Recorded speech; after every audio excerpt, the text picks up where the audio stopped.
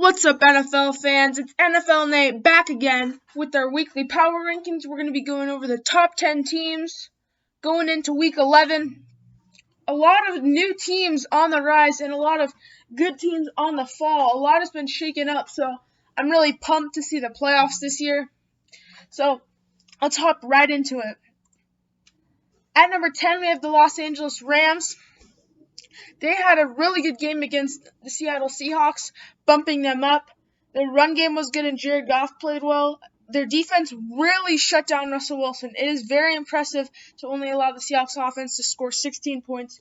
So their defense looks elite. Jared Goff is leading a pretty good offense, so the Rams are heading in the right direction. And they're at number 10. At number 9, we have the Miami Dolphins moving up one spot. I want to move them up a little higher, but there's just too many good teams so far this season. They are playing really well. They're on a very good win streak. Tua Tagovailoa played pretty well against this game. Nothing special, but he's getting the job done. And this Miami Dolphins team has done a very, very good job of surrounding Tua with the pieces he needs to succeed. I really like this from the Miami Dolphins. Just really good. When they rebuilded, now this is what they came to. So the Miami Dolphins at 6-3 look really good. At number 8, we have the Baltimore Ravens falling a lot of spots.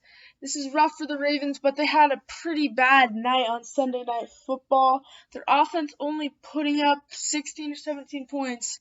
And so just not very good from the Ravens. I expected them to beat the Patriots, but they haven't been playing so well. But they still have Lamar Jackson on their team, so they're still a very good team. They're 6-3, and they're at number 8. At number 7, we have the Buffalo Bills. They honestly should have won this game. That's why I won the game last week. That's why I didn't drop them down too far. I think Josh Allen still played a really good game. That game-winning drive to Stephon Diggs, or should have been game-winning drive, could have been game-winning drive, but then the Hail Mary, obviously. So a very good game by the Bills. They just came up a tad bit short. Still think they're easily the top team in the AFC East. Well, the Dolphins are playing really well, but they're top team. The Bills are looking really good. At number 6, we have the team that beat them, the Arizona Cardinals. They are 6-3, and they've had some really big statement wins these past weeks. They beat the Seahawks, and now they beat the Bills.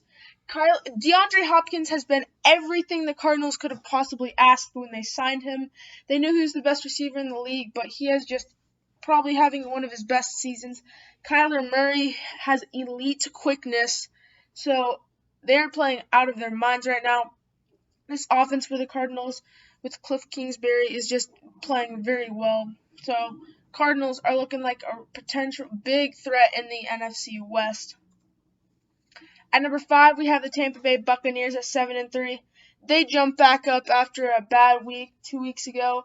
They just obliterate the Carolina Panthers. It was kind of close, but in the end, the Buccaneers got the job done. Ronald Jones had that massive run. This offense just has so much talent, it's hard to put them any lower than 5. Every position they're almost completely solid at, and their defense is very good. So the Buccaneers are looking very good at 7-3. Next, we have the Green Bay Packers at number 4. They're at 7-2. They let the Jacksonville Jaguars hang a little too long in that game.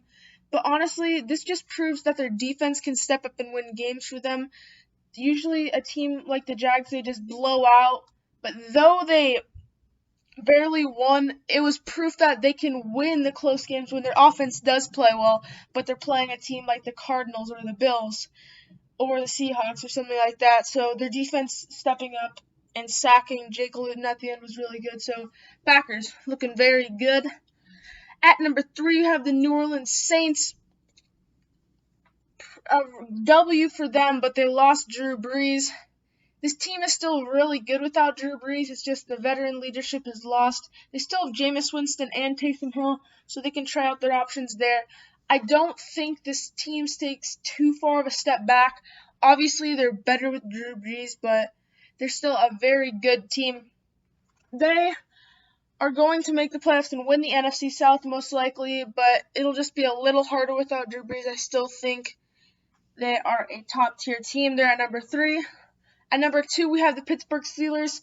They're still undefeated. They haven't lost a game, and they just added to that resume with a destroying victory against the Cincinnati Bengals.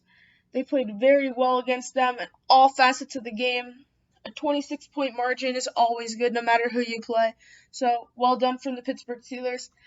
And at number 1, you have the Kansas City Chiefs. If people are wondering why I have the Chiefs over the Pittsburgh Steelers, even though the Chiefs have lost the game, it's because I just trust them more.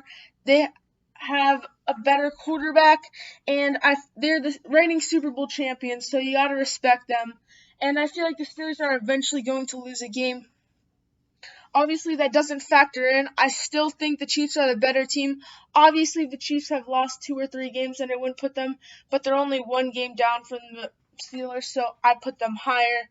I think they're the best team in the league. Steelers are very close behind, but if the Steelers don't lose a game, then they're definitely above them. So that's what I have. Thank you guys for watching. If you enjoyed, please leave a like and subscribe. You can watch my last video right there, and my next video is going to be Week 11 picks, so stay tuned for that. And I upload every week, 3 to 4 times a week, so stay tuned and subscribe with notifications, and I'll see you guys all in the next one. Peace.